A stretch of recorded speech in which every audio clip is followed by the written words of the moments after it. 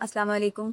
अच्छा, आज हम देखेंगे कि अमेज़न में कौन-कौन सी फ़ीसेज़ होती हैं प्राइवेट लेबल के लिए और होलसेल दोनों के लिए। आज हम इन दोनों को कवर करेंगे। जो अमेज़न की रेफ़रल फ़ीस है, वो आपको पता है कि हर प्रोडक्ट के हिसाब से, कैटेगरी के हिसाब से डिफ़रेंट है। आप देख सकते हैं कि एक्सेसरीज़ की क्या है और उसके बाद ऑटोमोटिव की क्या, बेबीज़ की क्या है। ये हर तरह के जो कैटेगरीज़ है, उसके हिसाब से उन्होंने रेफ़रल फ़ीस बताई हुई है, ठीक है। मोस्टली जो रेफ़रल फ़ीस है, वो 15% होती है, ठीक है।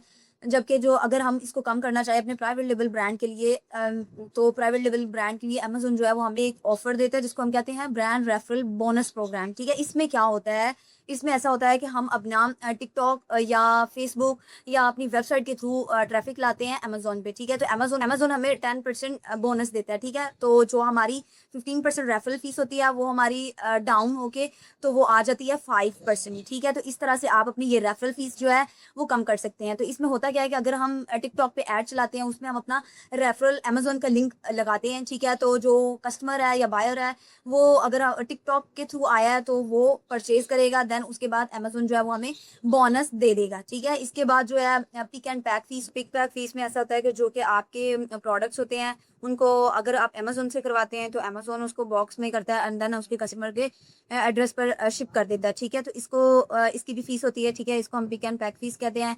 देन उसके बाद जो फ़ीस होती है उसको हम बोलते हैं अमेज़न स्टोरेज फ़ीस, ठीक है? ये आपकी डायमेंशन के हिसाब से स्टोरेज फ़ीस होती है। जनवरी टू सितंबर देखें तो उसकी है 0.54 और वो डिफरेंट प्रोडक्ट की डायमेंशन और वेट के हिसाब से होती है, ठीक है? और अगर हम अक्टूबर टू दिसंबर देखें तो देन 1.67 डॉलर्स है, ठीक है? तो ये डिपेंड करती है आपके प्रोडक्ट के साइज़ पे, आपके प्रोडक्ट के अमेज़न की जो आपने अकाउंट बनाया उसकी फ़ीस। अच्छा, तो ये देखिए आप जो प्रोफ़ेशनल सेलिंग प्लान है उसकी फ़ीस कितनी है पर मंथ $39.99, जबकि इंडिविजुअल की है वो कोई फ़ीस नहीं है, ठीक है? जब अगर आप इंडिविजुअल सेलिंग प्लान के थ्रू करते हैं या आपने इंडिविजुअल अकाउंट क्रिएट किया है तो आप जो है वो 0.99 सेंट्स जो है आप अमेज़न को देंगे, ठीक है? पर प्रोडक्ट की सेलिंग पे, ठीक है? और अगर आपका प्रोफ़ेशनल प्लान है तो आपको $39.99 देने होंगे मंथली, चाहे आपका प्रोडक्ट सेल हो या ना हो, ठीक है?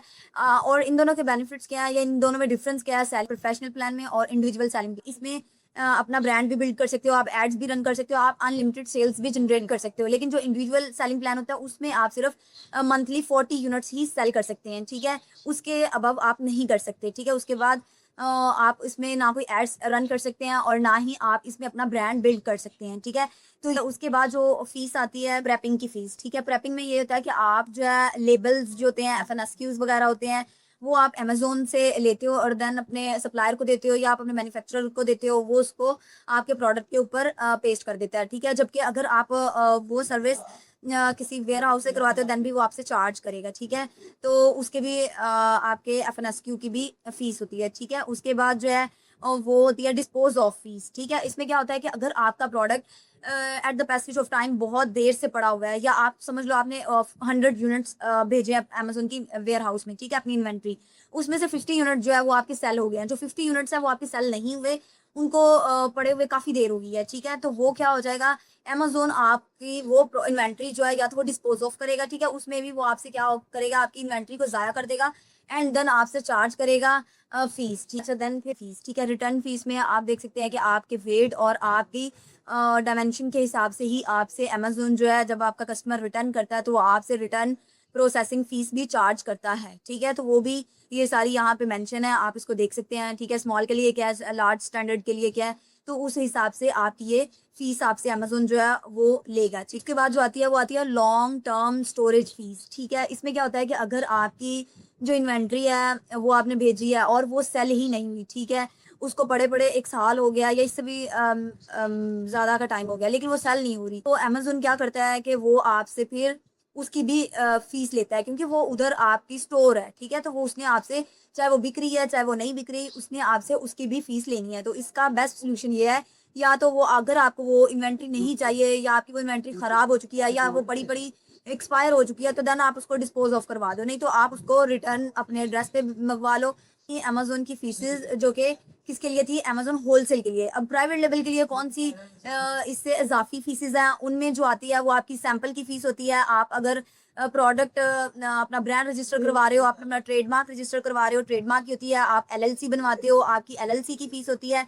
देन आप उसके बाद आप अपना जो है अपना ब्रांड का डिज़ाइन बनवाते हो, ठीक है? आप लोगो वगैरह जो भी है, आप अपने प्रोडक्ट के ऊपर, तो उसकी भी है, ठीक है। आप सैंपल मंगवाते हो तो सैंपल की भी वो आपसे चार्ज करता है, ठीक है। देन आपकी इन्वेंट्री की कॉस्ट हो गई, उसके बाद आपकी जो है वो फीस होगी शिपिंग की, ठीक है।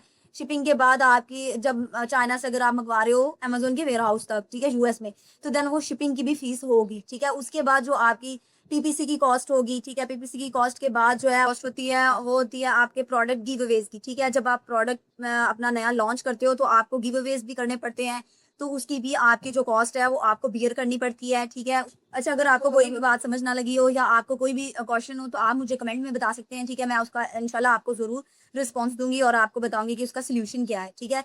और मजीद आप मुझे बताइएगा कि मैं किसके रिगार्डिंग और नेक्स्ट वीडियोस बनाऊं। और अगर आपको किसी भी तरह की सर्विस चाहिए अमेजोन प्राइवेट लेवल के लिए या होलसेल के लिए, या आपको एलएलसी क्रिएशन करवानी है या आपको ट्रेडमार्क रजिस्टर करवाना है, तो आप मुझे डीएम कर सकते हैं, मैं इंशाल्लाह आपको रिस्पॉन्स करूंगी। एंड देन मुझे फॉलो कर लें, मजीद इस तरह की अब मैं अपडेट्स लेके आती रहूंगी, ठीक है। Thank you so much.